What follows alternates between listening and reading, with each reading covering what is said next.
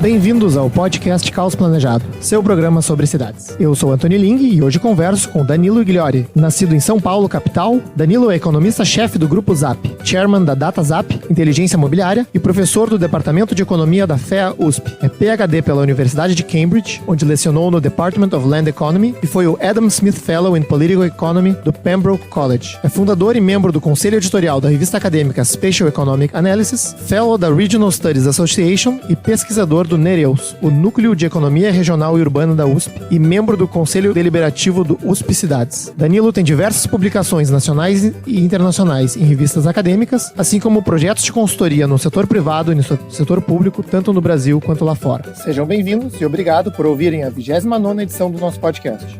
Bom, Danilo, muito obrigado por participar do programa, é uma honra te ter aqui, já acompanhamos o seu trabalho há bastante tempo. E eu queria começar essa conversa te perguntando o que é economia urbana, né, e como que ela pode contribuir para o nosso entendimento sobre cidade, como que ela pode contribuir para o urbanismo. Legal, grande prazer estar falando aqui para vocês, Anthony. Uma enorme alegria, né, conhecer aí o trabalho de vocês e a atenção que vocês dão para esse tema da economia urbana, né, que vem crescendo no Brasil o interesse por isso, mas ainda é bastante subrepresentado, né, se a gente comparar com outras áreas da economia. Bom, a economia urbana, como o nome sugere, né, é a área da economia que tenta estudar as cidades. Essencialmente, o que a gente pretende fazer é trazer para análise do funcionamento das cidades, da estrutura das cidades, né, com um olhar de análise custo-benefício, né, que é, vamos dizer assim, a marca da economia como um todo, né. Então, essencialmente, a gente olha para os mercados, né, que são relevantes para explicar o que acontece nas cidades, né, e particularmente esmiuçando questões de oferta e demanda, né. A economia urbana, ela, na verdade, não é nova como uma área de preocupação, né? Se você for olhar, ela volta aí algumas décadas, várias décadas em outros países, mas, de fato, ela vem um pouco mais devagar aqui no Brasil. Ela, na verdade, é uma sub-área, né, de um tema mais amplo que hoje a gente poderia chamar de economia espacial, né, que, na verdade, tem um foco em como que mercados explicam o uso do solo, né? Então, no caso urbano, a gente foca nas cidades, mas o arcabouço analítico, né, que está por trás da análise de economia urbana também é aplicado para áreas menos urbanas, para áreas rurais, né, ou áreas suburbanas, se você quiser. Não, perfeito. E, Danilo, você mencionou em análise de custo-benefício, né? Eu imagino que isso tenha muito a ver com olhar dados, né? O que está acontecendo com a cidade, né? Como que os preços estão mudando, né? E me parece que essa ferramenta, né, da economia urbana, ela já é muito utilizada pelo mercado imobiliário, né, no estudo de viabilidade, na prospecção de terrenos, de áreas, né? Mas ainda pouco utilizado, aparentemente, no urbanismo, né? E aqui, né, no Caos Planejado, a gente tenta focar, né, nessa questão da gestão urbana, utilizando informação disponível, monitorando indicadores. Então, você poderia falar um pouco como que esses dados, né, podem ajudar no urbanismo e que tipo de dados, né, gestores públicos deveriam estar olhando, né? Que análises de custo-benefício são essas? Legal. Olha, acho que antes de eu falar dos dados, né, acho que eu podia complementar a resposta para a primeira pergunta, só para a gente ter um panorama um pouco mais amplo do que seria o uso do conhecimento econômico ou da informação econômica, que obviamente a parte empírica, né, a parte dos dados é muito relevante. Mas antes dos dados, né, e eu acho importante falar isso porque seria muito legal que o urbanismo também olhasse para a estrutura analítica, conceitual e até teórica, né, que a economia urbana oferece, né, para o entendimento das cidades, né. Isso muitas vezes é chamado de teoria das aglomerações, né, porque antes de olhar os dados é sempre interessante a gente pensar um pouco nos mecanismos né, que estão por trás das forças econômicas que vão dar estrutura e dinâmica nas cidades. Então, quando a gente fala em análise custo-benefício, né, e a aplicação disso para as cidades, é importante porque o que a gente vê no espaço, e as cidades como uma grande manifestação da ocupação do espaço, no fundo, né, refletem dois tipos de forças, né, que estão por trás dessa análise custo-benefício. Quando eu tenho benefícios de você se localizar na cidade, empresas, famílias, pessoas, as pessoas se atraem para determinados pontos, né, é isso que a gente chama de economia da aglomeração. Né, é positivo, existem benefícios da proximidade. Por outro lado, né, os custos ligados à proximidade, ligados à existência na cidade, afastam as pessoas de determinados pontos. O que a gente fala em economia urbana, né, e daqui a pouco já faço a conexão com os dados, é que para a gente entender, né, o que a gente enxerga na realidade em termos de estruturas urbanas, né, eu gosto muito do termo paisagens econômicas, na verdade, o resultado, né, do embate dessas duas forças, desses dois tipos de forças. Né? Forças de atração, de um lado, que refletem os benefícios da proximidade, da existência na cidade, e forças centrífugas, né, que refletem os custos da cidade. Em qualquer cidade que você for olhar, né, e em qualquer momento do tempo, essa é uma afirmação bastante ambiciosa, você vai encontrar o embate desses dois tipos de forças. Né? A constatação aqui, e aí já fazendo a conexão com os dados, é que se eu não tivesse essas duas forças atuando juntas, né, eu teria algo muito diferente do que a gente encontra na realidade. Né? O que a gente encontra na realidade, na verdade? São concentrações, né? Então eu tenho cidades espalhadas por diversos pontos do planeta, né? Mas concentrações muito diferentes. Né? Então eu tenho cidades maiores, cidades menores, eu tenho cidades que abrigam, né, setores de atividade diferentes, eu tenho cidades que crescem, eu tenho cidades que decrescem, né? Eu tenho cidades que primeiro crescem, depois decrescem, depois voltam a crescer, ou dinâmicas complexas. Isso só pode ser entendido, então, como o resultado do embate desses dois tipos de forças. Né? A imagem extrema é se eu tiver só força de aglomeração, se só existir benefícios da proximidade, todo mundo iria para uma única cidade. Ao contrário, se eu tivesse só forças centrífugas, né, forças que afugentassem as pessoas umas das outras, a gente se espalharia pelo espaço. O que a gente percebe é que nenhuma coisa nem outra acontece. Né? Então eu tenho o fenômeno da concentração como uma grande marca, né, da ocupação no espaço, que gera nossas cidades, mas eu tenho um conjunto muito grande de cidades e um conjunto muito diverso de cidades. Né?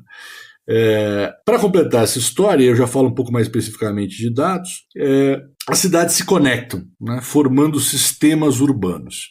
E aí tem uma imagem muito forte da economia urbana que vai dizer o seguinte, olha, independente do tamanho da cidade, né, a gente tem que pensar as cidades como economias pequenas e abertas. O que isso quer dizer em termos econômicos? Né? Quer dizer que, por maior que seja a cidade, sempre vai ser fácil, ou relativamente fácil, que pessoas ou capital, né, empresas, entrem ou saiam da cidade. Né? E o que a gente vê em termos de crescimento, decrescimento, né, nas diversas cidades, no fundo, é o resultado de pessoas e empresas votando com os seus pés. Né? Ou seja, elas se aproximam das áreas em que o pacote de amenidades, o pacote de possibilidades econômicas é mais atraente e fogem daquelas realidades menos atraentes. Então, com esse quadro conceitual na cabeça, né, a gente vai para os dados. Então, uma constatação desse quadro conceitual, e quando a gente se aproxima da realidade, é que essa realidade é muito complexa, né? E não tem muito jeito. Se você não se debruçar nas informações, né, fica muito difícil entender o que está acontecendo. Né? E aí a chance de errar, né, particularmente nos planos urbanos, no planejamento urbano, né, que é talvez a grande ferramenta, né, do que a gente chama de urbanismo, fica incompleto, né, e aumenta muito as chances de não darem certo. O interessante, né, Antônio, é que até pouco tempo atrás a gente vivia um mundo de uma enorme escassez de dados, né, para entender as cidades. Né? Que tipo de dado a gente precisa? Né? Essencialmente, o ponto de partida, eu preciso de dados que tenham endereço. Né? Eu quero saber onde as pessoas moram, eu quero saber que pessoas moram onde, eu quero saber onde as empresas se localizam, eu quero saber onde os equipamentos urbanos estão localizados, praças, infraestrutura de transporte, escolas, hospitais, equipamentos de lazer, entretenimento e assim por diante. Né? E aí, né, de uns 20 anos para cá, talvez, né, um pouco mais do que isso, a produção de dados com endereço começou a aumentar muito. Né? Então, de um tempo para cá, a gente tem acesso a um volume de informações que pode ser utilizado para a gente poder entender os mercados, entender como é que as pessoas, então, votam com seus pés, ou seja, o que é importante para as pessoas, o que as pessoas não querem. E isso é uma ferramenta muito poderosa para a gente fazer análise custo-benefício e, eventualmente, interferir, né, intervir na realidade urbana. Não, legal. Danilo, você comentou, né, cidades como sistemas abertos, dinâmicos, né, onde as pessoas votam com seus pés, e que, enfim, né, urbanistas desenham muitas vezes planos diretores com um resultado urbano final em mente, né, uma ideia de uma vontade, né, de para onde a cidade deveria crescer, que forma a cidade deveria ter, onde deveria ser mais denso, menos denso, né? E é muito comum, né, na história, digamos, do urbanismo no Brasil, desses planos não se concretizarem. Né? As pessoas acabam decidindo, né, empresas, né, os mercados acabam indo para outras regiões da cidade, as densidades não refletem, né, a intenção do plano. Qual o dilema, né, que você vê nessa vontade de planejar e como talvez, né, a economia urbana e a análise de dados poderia auxiliar nessa visão sobre a cidade? Olha, essa é uma excelente pergunta, né, e talvez um dos maiores desafios que a gente tem, né, na gestão urbana, né, onde os planos urbanos fazem parte.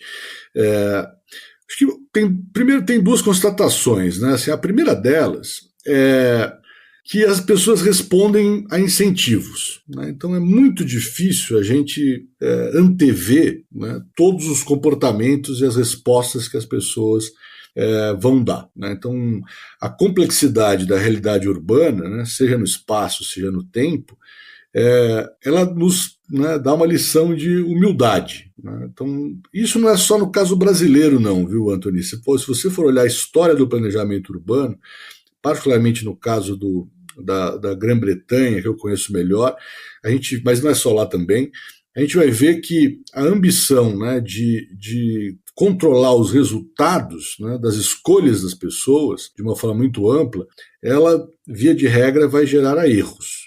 Vai levar a erros. Né? Então, essa é uma primeira constatação. A segunda constatação, né, é que não, a gente gosta de planos urbanos. Né? A economia urbana, a economia em geral, ela não vai ser contra planos e formas de intervenção. Essencialmente, né, porque a gente reconhece que o espaço, né, e os mercados que dependem que se estruturam em cima do uso do espaço, uso do solo, eles apresentam falhas. Né? Então, quem for estudar economia, né, vai ver que depois de aprender o básico sobre oferta e demanda, rapidamente a gente entra no capítulo das falhas de mercado. Né? E essas falhas são bastante evidentes, né, nos mercados que se constroem na cidade. Né? Essencialmente o mercado imobiliário de um lado, mas também o mercado, vou dizer, as estruturas de transporte e o mercado da economia de transporte de outro. Né? Eu posso falar um pouquinho mais dessas falhas. Então, uma vez que eu tenho falhas de mercado, né, a gente fala, olha, planejamento, interferência do governo faz sentido. Né? Mas qual que é a visão? Né? E não diria que é uma visão geral da economia urbana, mas uma visão de alguns economistas urbanos, né, entre os quais eu me alinho. Né? É que sim, a gente tem que tentar minorar, né, diminuir essas falhas de mercado através de planos, né, essencialmente tentando controlar o que a gente chama das externalidades negativas, né, que no caso das cidades, né, se manifestam muito por efeitos de vizinhança. Né? Então, se eu tenho muito congestionamento de um lado, se eu tenho muita poluição do outro, ou se eu tenho um uso inadequado da infraestrutura de saneamento e assim por diante, faz sentido sim a regulação. Né? Agora, a gente tem sempre que saber que a regulação ela vai mudar os incentivos das pessoas e antecipar como é que as pessoas reagem a esses incentivos é sempre muito difícil. Então eu diria que o resumo disso que eu falei, né, é que o ideal é fazer planejamento com a maior moderação possível, né, deixando, né, e reconhecendo a flexibilidade que oferta e demanda por espaço, né, deve exercer. Né. Onde que deve entrar esse planejamento? Né, tentando, como eu falei, evitar congestionamentos, tentar evitar um uso que gere problemas de saúde, né, um uso do solo que gere problemas de saúde, evitar sobrecargas no sistema de saneamento, no sistema de energia e a poluição e assim por diante, mas tentar fazer uma regra, né, em que eu determino o formato das residências no limite, ou que eu determino a densidade no limite, isso tende a gerar decepções. Né? Isso é que a história do planejamento nos diz. Não, é bem interessante, né? E você falou, né, da questão das externalidades, né, falhas de mercado. E a gente que acompanha, digamos, o debate sobre urbanismo, né, não só em políticas públicas, mas na comunidade, me parece que essa narrativa, né, ou esse argumento é muito usado por aqueles que a gente conhece no meio como os chamados NIMBYs, né, os Not in My Backyard, do inglês, ou as pessoas que, digamos, barram ou se opõem a desenvolvimento imobiliário na sua região, né, argumentando que um prédio, né, vizinho vai gerar congestionamento, vai gerar barulho, vai gerar sombra no seu jardim, né, e isso, evidentemente, tem um impacto muito grande né, nesse equilíbrio, né, da oferta e demanda por espaço, principalmente nas regiões centrais da cidade, né, que tem grande demanda e atualmente pouca oferta. Né. Você poderia, assim, talvez ir mais a fundo, né, nesse conceito de externalidades e talvez comentar um pouco sobre essa questão do zoneamento e da restrição de oferta e o que isso pode impactar, né, no acesso à moradia? Claro. Então vamos lá, por partes. Né? Então, o conceito de externalidades, né, e o conceito derivado, né, que é o conceito de bens públicos, são as duas falhas de mercado mais importantes que a gente tem que entender para poder pensar nos efeitos de planejamento, aquilo que é desejável e aquilo que é possível. Né? A gente diz que existe uma externalidade quando a ação de uma pessoa ou de uma empresa, né, qualquer que seja ela, inclusive a decisão de morar em algum lugar, ou como é que você se comporta dentro da sua moradia, gera impactos, né, negativos ou positivos sobre outras pessoas ou sobre outras empresas. E mais do que isso, gera impactos de forma não intencional. Então a gente não está pensando aqui em interação estratégica, que quando uma empresa compete com outra, quer tirar do mercado, ou coisas desse tipo. Né? A gente está pensando em efeitos colaterais. Né? Isso acontece com muita frequência, né, tem um chamado efeito de vizinhança. Né? Então, poluição sonora, poluição do ar, né, ou, né, a simples ocupação de um espaço, né, que tira a sombra, ou tira o sossego, ou impede a outra pessoa de chegar, são casos de externalidades negativas na cidade. Por outro lado, né, as cidades, e particularmente as aglomerações, depois a gente vai falar um pouquinho mais sobre o momento atual da pandemia, mas deixando isso de lado por hora, as aglomerações, né, também geram muitas externalidades positivas, né, e estão por trás dessas forças centrípetas que eu estava falando no começo. Né. Então a gente sabe que quando eu tenho muitas pessoas juntas ou muitas empresas juntas, eu tenho benefícios, né, que são externalidades positivas no mercado de trabalho, né, nas possibilidades de acesso a diversos serviços, sejam serviços públicos, sejam serviços privados. Eu tenho muitos benefícios na circulação do conhecimento, né, que é uma das externalidades positivas importantes do meio urbano. Né. O problema é o seguinte: quando eu tenho externalidades, seja positiva, seja negativa, né, o mercado não aloca bem preço e quantidade nesses meios geradores de externalidades. Sem querer entrar muito na parte técnica, o resultado que a gente tem é, se eu tenho externalidades negativas, eu vou ter muita quantidade cobrada a um preço muito baixo. Exemplo urbano, congestionamento no trânsito. Né? Então, o congestionamento é uma externalidade e, se eu não tiver uma regulação do trânsito, eu vou tendo a ter muito carro na rua, né, e pagando um preço muito baixo pelo impacto negativo sobre a mobilidade de outras pessoas. Do lado positivo, né, é interessante porque se eu eu vou ter o contrário, eu vou ter um preço muito alto e uma quantidade muito baixa. Então, se as pessoas não são recompensadas pelo impacto positivo que elas geram em outras pessoas, elas acabam não fazendo todo o investimento que seria socialmente desejável nessa atividade. Né? Então, isso, por exemplo, justifica o investimento público ou subsídio na educação das pessoas. Muito bem. O que a gente vê? Né?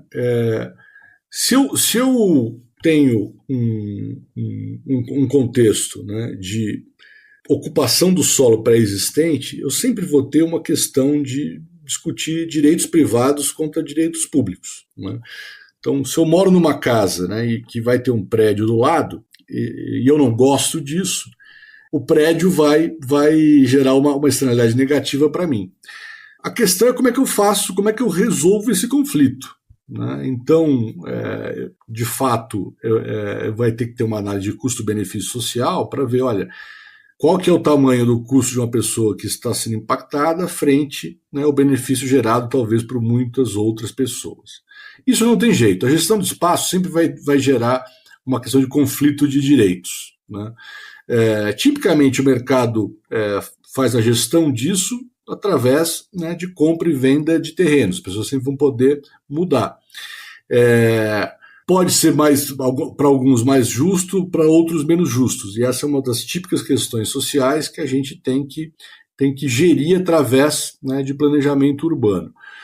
Toda vez que a gente olha para a intervenção econômica, e particularmente intervenção urbana, né, a gente tende a olhar para dois parâmetros, né, duas dimensões, se você quiser. Uma dimensão de eficiência, né, e uma dimensão de equidade ou de justiça, se você quiser. No caso da eficiência, né, a gente sabe que verticalizar, adensar, né, aumentar a atividade econômica, as residências, em muitos casos, né, é importante. Né? Então, tem todo o trabalho do Glaser, que eu sei que vocês repercutem aqui no portal, né, mostrando, e muitos outros, claro, né, mostrando como cidades, né, densas, compactas, com mercados de tamanhos expressivos, né, nos diversos segmentos, aumentam a produtividade das pessoas, aumentam a eficiência das atividades econômicas. Né. De outro lado, tem questões de equidade e de justiça, né? E aí tem uma discussão que vai muito além da economia, né? Então a gente tem que, como sociedade, pensar em quais são os direitos que, uma vez morando em algum lugar, você tem, né? Particularmente com relação à transformação futura do espaço. E aí tem evidência para todos os gostos nas cidades do mundo, né? Então, se você opta por uma vertente, né, que olha mais para o coletivo e menos para os direitos individuais, né, talvez você tenha uma cidade mais dinâmica em que as transformações aconteçam de uma forma mais expressiva. Se você tiver uma visão em que, uma vez instalado num lugar, eu tenho o direito de preservar todo o pacote de amenidades que eu tinha no momento em que eu me instalei, talvez você gere uma realidade urbana mais estática, né? E isso vai ter prós e contras, né? Agora, decidir sobre um lado ou outro, sobre questões de equidade, questões de justiça, vão muito além da economia e entram nas searas de ciências políticas, né, do direito e de uma estrutura de valores da sociedade. Agora, tem um ponto interessante, né, com relação ao nimbismo, né, que é a questão da diversidade, né? E aí tem também toda uma literatura e uma experiência mostrando que a diversidade é algo muito interessante de ser cultivado nas cidades, né? Então, não é só uma questão de aumentar a densidade, não é só uma questão de verticalizar um determinado espaço, mas é uma questão de permitir, né, que pessoas com classe de renda diferente, com idade diferente, né, com empregos diferentes, possam conviver no mesmo espaço e quais são os benefícios que isso pode gerar frente aos custos. Novamente, tem visões diversas aqui nesse caso. Não, obrigado. Acho que foi uma pequena aula aí, né, sobre economia urbana para explicar esses efeitos e achei muito boa a explicação. Então, Danilo, né, você já apresentou análise de dados, né, a respeito da cidade de São Paulo, né, sobre o espraiamento urbano, né, que a cidade tem, né, para os ouvintes que não conhecem, né, essa questão da cidade realmente ser espalhada no território, né, e também sobre o uso ou desuso, né, de áreas centrais. Você pode falar um pouco sobre o que os dados têm mostrado sobre os efeitos na cidade? Vamos lá. Essa é uma das coisas mais interessantes, né, em termos de dinâmica do espaço e que, de novo, a eclosão aí da epidemia do coronavírus está questionando novamente, né? É interessante que, se a gente olhar para o pós-guerra, essencialmente, talvez mais para a década de 70, 60, dependendo do lugar, o que a gente observou, né, foi uma tendência de movimento aos subúrbios, né, então um abandono das regiões centrais, onde a ocupação se dava em terrenos maiores, então um modelo em cima de casas, né, e um uso essencialmente privado do espaço. Então eu moro numa casa afastada do centro, eu saio de carro, faço tudo de carro, e aí eu vou de carro para um shopping center, do shopping center eu vou para o meu escritório, do escritório eu volto para casa, e aí eu chamo meus amigos para ir na minha casa, eu vou na casa dos meus amigos, e toda a vida urbana vai passando a ser em cima do uso privado do espaço, que tem como um efeito colateral, né, o empobrecimento do lado público, né, e efetivamente um empobrecimento da própria cidade, né. O que a gente percebe é que esse tipo de movimento começou a ser revertido, né, em diversas cidades, né, na Europa, nos Estados Unidos, na Ásia, e aí mais recentemente começou a acontecer isso também na cidade de São Paulo, né. Ou seja, pessoas começaram a ter mais interesse em se aproximar das regiões centrais, ter mais interesse em se aproximar dos seus, né, dos locais de trabalho, e mais do que isso, né, começaram a estar dispostas a morar em lugares menores, né, casas, apartamentos menores, para poder exatamente fazer um uso do espaço público, né. de diversas maneiras, né? Seja via restaurantes, uso de restaurantes, serviços, o próprio trabalho, lazer e entretenimento, né? E isso começou a revitalizar regiões centrais em diversas cidades. São Paulo, notadamente o principal caso no Brasil, mas outras cidades também, talvez em menor medida, começaram a viver esse tipo de processo, né? Então, no fundo, foi celebrar, né, talvez, vamos dizer assim, uma das principais mensagens que vem da própria economia urbana, de que estar próximo, né, tem muitos benefícios. Não, perfeito. Muitos leitores ou ouvintes aqui, né, perguntam, como que a gente recupera o centro de São Paulo, né, como que a gente reocupa o centro de São Paulo, e a impressão que eu tenho é que o centro de São Paulo, assim como de algumas outras cidades, digamos, já está, digamos, num processo de reocupação e regeneração. Isso é o que suas análises têm mostrado? Sem dúvida, né? É muito interessante também, fazendo a conexão com a parte de planejamento, né? Se você pegar o centro de São Paulo, ele, acho que até mais ou menos na década de 80, começo de 90, foi o processo de grande degeneração do centro, né? De lá para cá começaram a surgir planos de revitalização do centro. E, de certa forma, né, embora todos os planos tiveram alguma contribuição na melhoria do centro da cidade, eles nunca foram definitivos, né? Eles nunca foram, de fato, eficientes a ponto de promover uma grande revitalização do centro. O que a gente viu é que essa revitalização, de fato, tomou corpo, né, pelo movimento das pessoas em quererem morar no centro, né? Então foi realmente um movimento de demanda, né, por moradia na região central, que começou a mostrar para as incorporadoras que valia a pena investir nessas áreas, né? E aí é um fenômeno talvez de uns 10 anos, pouco mais talvez, o centro da cidade começou a ser muito revitalizado, né? E aí você vê desde apartamentos novos sendo construídos, de diversos formatos, até a ocupação de prédios antigos, né? E às vezes bastante antigos, por diversas populações, né? Então eu diria que o centro da cidade de São Paulo ele foi muito revitalizado nos últimos anos, né? E, claro, agora a gente tem uma questão sobre o impacto da pandemia, mas até alguns meses atrás a gente apostava muito que esse era um processo que ainda tinha um bom tempo pela frente, né? Ou seja, era uma tendência bastante evidente.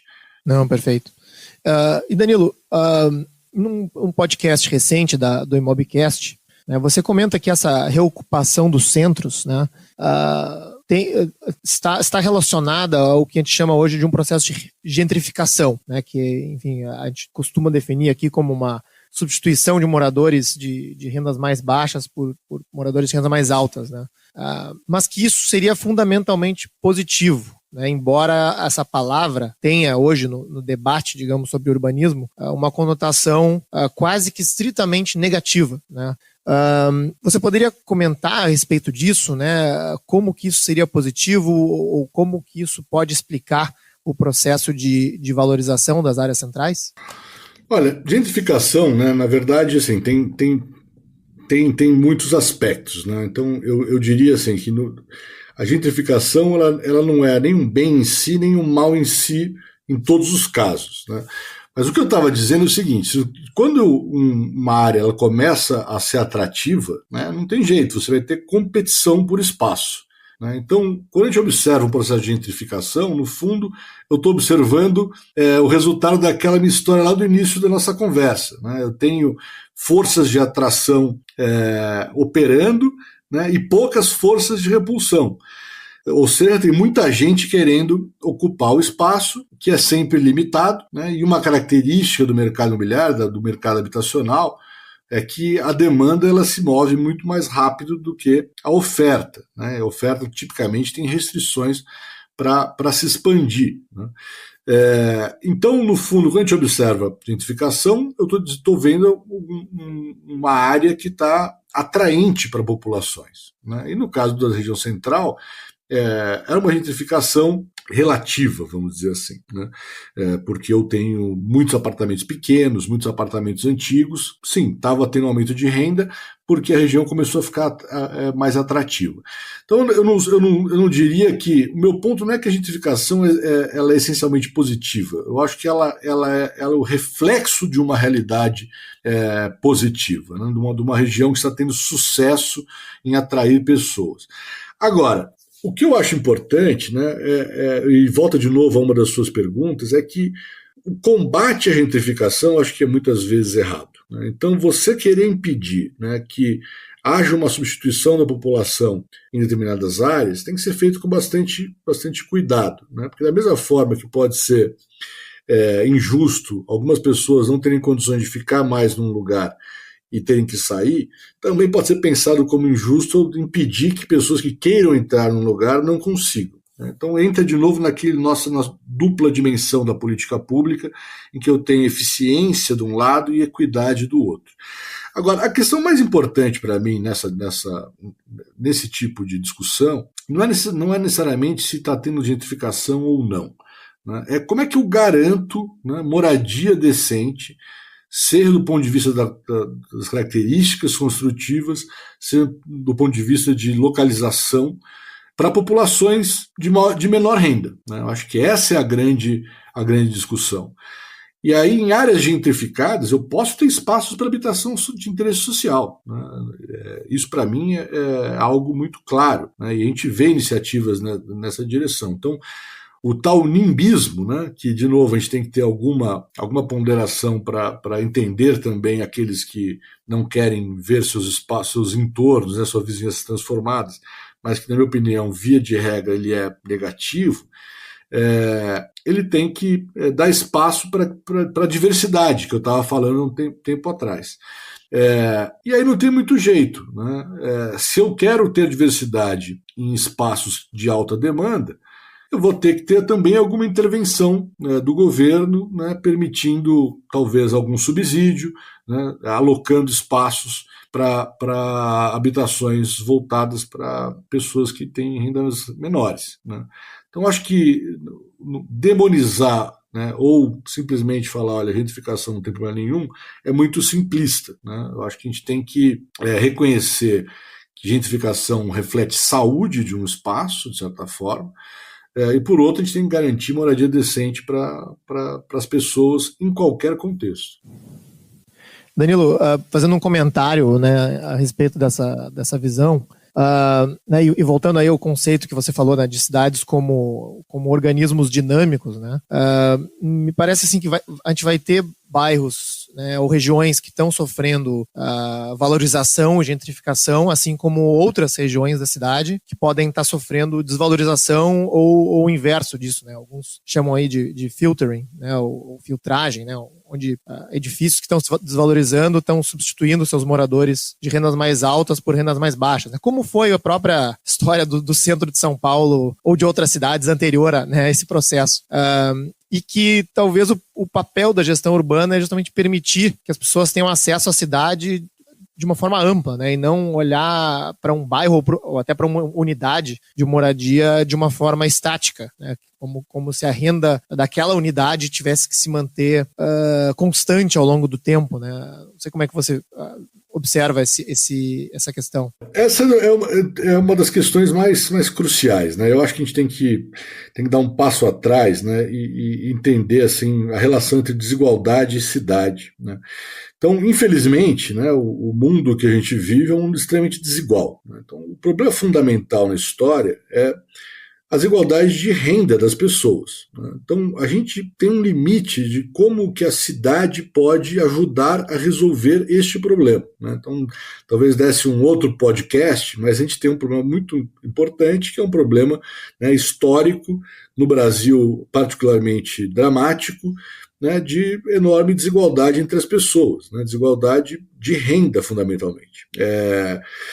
Então, quando a gente, né, faz essa constatação, né, o espaço do urbanismo, né, olha, de um lado eu não quero aguçar ainda mais esse problema, e de outro, né, com sorte, talvez a gente consiga usar a cidade para reduzir os problemas de desigualdade, né? Então tem aquele experimento muito famoso, Moving to Opportunity, na segunda metade da década de 90 nos Estados Unidos, que ia nessa direção. Falou, olha, eu quero promover, né, dar oportunidades de acesso à cidade para as pessoas, porque talvez isso vai contribuir para uma redução de desigualdade de renda, ou seja, uma redução na desigualdade de oportunidades entre as pessoas. Então, eu acho que o fundamental nessa história é ver com que mecanismos a gente tem, né, para usar o espaço, para usar a cidade, né, para contribuir com o processo de redução de desigualdades. E aí vou muito na linha do que você disse, né? Acho que tem duas coisas aqui quando a gente olha para a cidade. Tem o espaço público, então é muito importante, né, dar acesso para as pessoas aos bens públicos urbanos, então acesso a equipamentos de educação, equipamentos de saúde, acesso a praças, acesso a museus, acesso à segurança pública nas cidades, né? E a lista aqui é longa de bens públicos urbanos, e aí também acesso à moradia, ao lado privado da cidade. Como é que a gente faz isso? Né? Aí tem também uma conversa longa, né? Agora, o ponto é que tentar garantir, né, que pessoas de baixa renda vivam em lugares impedindo o processo de gentrificação é algo que vai engessar a cidade e não vai ter sucesso. Historicamente não tem sucesso. O importante, eu acho que é mais combater o nimbismo, né, e permitir que pessoas de menor renda consigam conviver em espaços atraentes e que, portanto, vão atrair também pessoas de mais renda através de habitação de interesse social. Na minha visão, as cidades, né, oferecem muita oportunidade para reduzir a desigualdade, né? Mas isso tem que acontecer na interação, né, com outras políticas, né, educacionais, de saúde e assim por diante. Tem uma frase que eu gosto bastante do urbanista Alain Berthaud, que é o adensamento, né, e o uso mais intensivo do solo é a forma com que pessoas de rendas mais baixas têm para competir com pessoas de rendas mais altas por solo, né, por espaço, né, na cidade. E eu acho que tem um pouco a ver com esse seu último comentário. Sim, concordo totalmente. Danilo, então, nos aproximando aí do final, né, queria passar para um assunto mais atual, né, que está todo mundo falando, não cansamos ainda de falar, é um assunto importante das cidades, né, nesse momento de pandemia, né? Alguns já estão falando, né, de um processo de fuga das cidades, dado que esses ambientes de aglomeração nos tornam, em muitos casos, mais suscetíveis, né, à contaminação e ao contato. O que os dados estão nos mostrando sobre isso? Né? Já tivemos alterações no mercado imobiliário, na busca por diferentes tipos de imóveis, né? O que você tem observado e o que você tem a comentar sobre isso? Olha, bom, primeiro não tem dúvida, né? Assim, não dá para ter ilusão, né? Por mais que a gente defenda aí as aglomerações e ressalte os aspectos positivos, né, das grandes cidades, das grandes densidades, das altas densidades, a presença de uma epidemia, né, com a gravidade da que a gente está vivendo hoje, ela é um ataque frontal aos benefícios da proximidade física, né? Muitos, né, já identificam de cara que isso não é uma novidade na história das cidades, né? Então, a gente coleciona episódios dramáticos como esse, né, ao longo dos milênios, então não tem muito jeito, né? Enquanto a gente não resolver o problema fundamental de uma epidemia, né, idealmente com uma vacina acoplada a tratamentos eficazes, né, ou eventualmente protocolos que diminuam as chances de contágio, a gente vai lidar com uma realidade em que eu tenho menos benefícios da proximidade e mais custos da proximidade. Então, antes de falar dos dados, a gente sabe que, inevitavelmente, eu tenho aqui um processo que favorece, vamos dizer assim, o espraiamento, né? Tá menos interessante viver próximo dos outros e tá menos interessante eu poder usar os espaços públicos típicos dos centros urbanos ou das regiões mais urbanizadas. O que vem pela frente, né, vai depender muito das soluções médicas ou a eficiência dos protocolos. O que a gente já viu? A gente viu, de fato, um movimento, né, ainda muito incipiente, temos aí alguns meses só, não é fácil tomar decisões de relocalização, mas a gente já viu, sim, um movimento no sentido de busca de espaços maiores, busca de casas em particular, e também busca por regiões mais afastadas, né?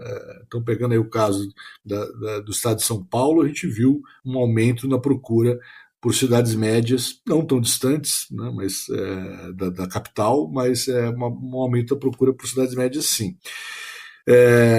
Agora, a grande questão é o que vem pela frente, né? Então, eu sempre faço 2 cenários extremos e aí a gente aposta que a realidade vai ser alguma coisa intermediária.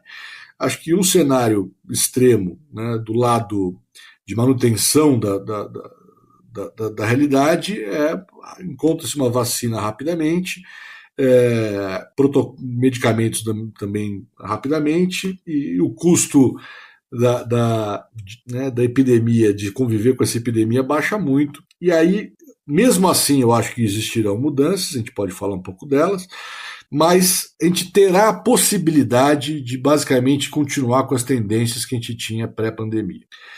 Do outro lado, né, fazer um caso extremo por outro lado, vamos supor que demore muito para sair uma vacina, ou que os vírus comecem a sofrer mutações, ou que novos vírus surjam nos próximos anos, e aí a gente tenha que conviver com custos altos de contaminação por um período mais prolongado.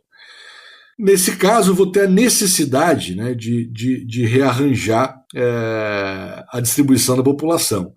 De que forma? Através de um rearranjo de riscos e retornos, né, para a gente usar também um termo bastante econômico, riscos e retornos da proximidade. Então, o resultado disso é que algumas populações, pelo menos, vão se espalhar. Então, no caso, né, de o custo de lidar com epidemias permanecer alto por um período mais longo, né, eu vou ter um rebalanço, né, um rearranjo de custo, de riscos e retornos de eu estar em regiões centrais.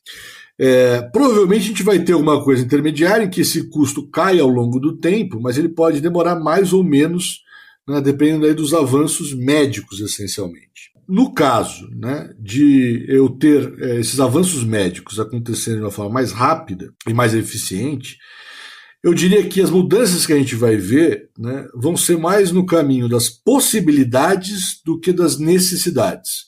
Então, o grande tema, né, desses primeiros meses de quarentena e de distanciamento social está em torno do trabalho remoto, né? Então, se os custos, né, da proximidade diminuem, né, se a gente consegue controlar bem as epidemias com vacina, com medicamentos, eu só vai ficar, né, no mais longo prazo o lado bom dessa história, né? Eu não vou precisar fazer o trabalho remoto, eu vou poder fazer o trabalho remoto. E a gente está vendo também que os lados positivos de você, pelo menos, expandir, né, as possibilidades de trabalho remoto. No caso do contrário, né, de demorar muito para ter vacina, ou a gente ter que lidar com os custos de epidemia ou com as ameaças de epidemia por um período mais longo, eu realmente acredito que a gente vai ter uma reconfiguração do espaço mais importante, porque eu não vou ter a possibilidade, né, do trabalho remoto, eu não vou ter escolhas menos arriscadas de estar próximo. Então, aí acho que o espalhamento ele me parece como algo que vai ser importante.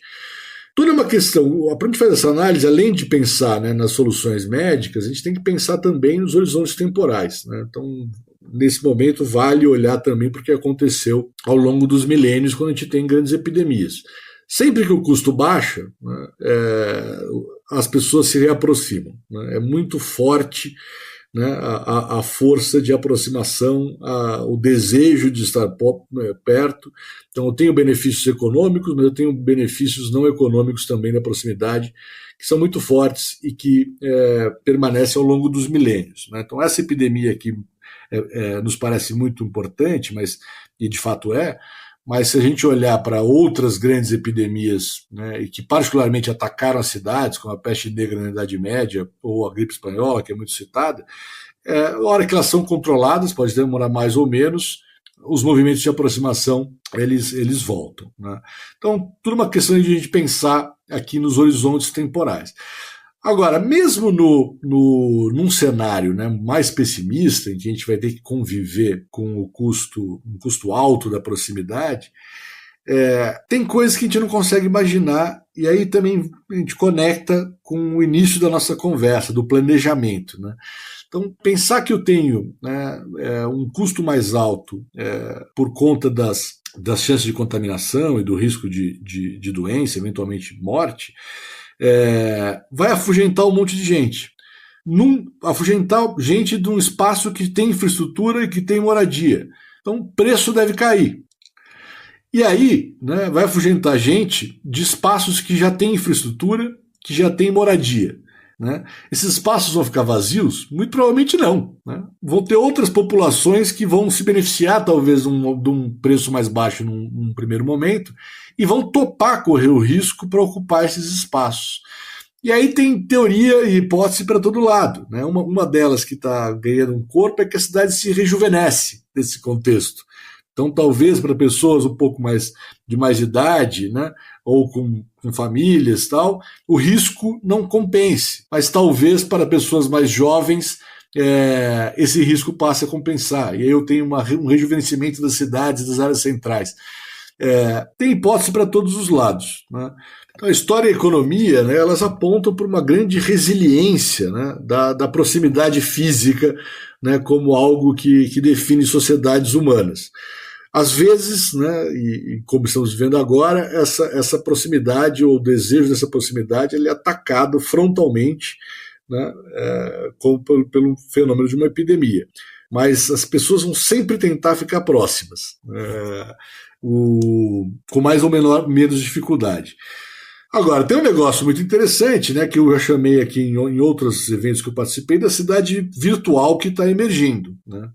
E é interessante porque desde que a internet surgiu, né, tem sempre alguém falando, olha, agora é o fim da distância, a morte da distância, as cidades perdem relevância e cada um mora onde quiser e se comunica à distância. Na década de 90, né, quando isso ganhou corpo, quando a internet começou a ser disseminada e as telecomunicações ganharam também muita estrutura, muita gente apostou nisso e o que a gente viu foi exatamente o contrário, né?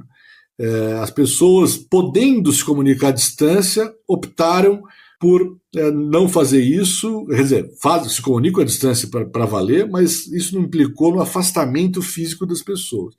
Com a pandemia é mais difícil, né, porque o risco de fato ele é alto, o custo ele é alto de eu estar exposto à contaminação de doenças.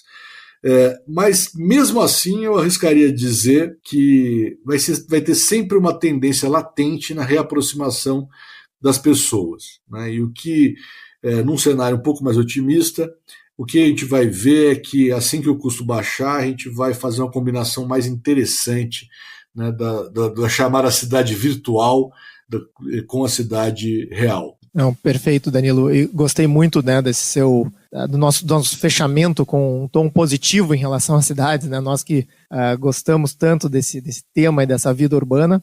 E como última pergunta, eu queria te pedir para passar uma mensagem aí, de repente, para os ouvintes e leitores que se interessam por economia urbana, né, e estão talvez iniciando, né, seu percurso na área. Que cursos eles poderiam procurar, que recursos, livros, sites, né, que você indicaria para se aprofundar nesse tema? Legal.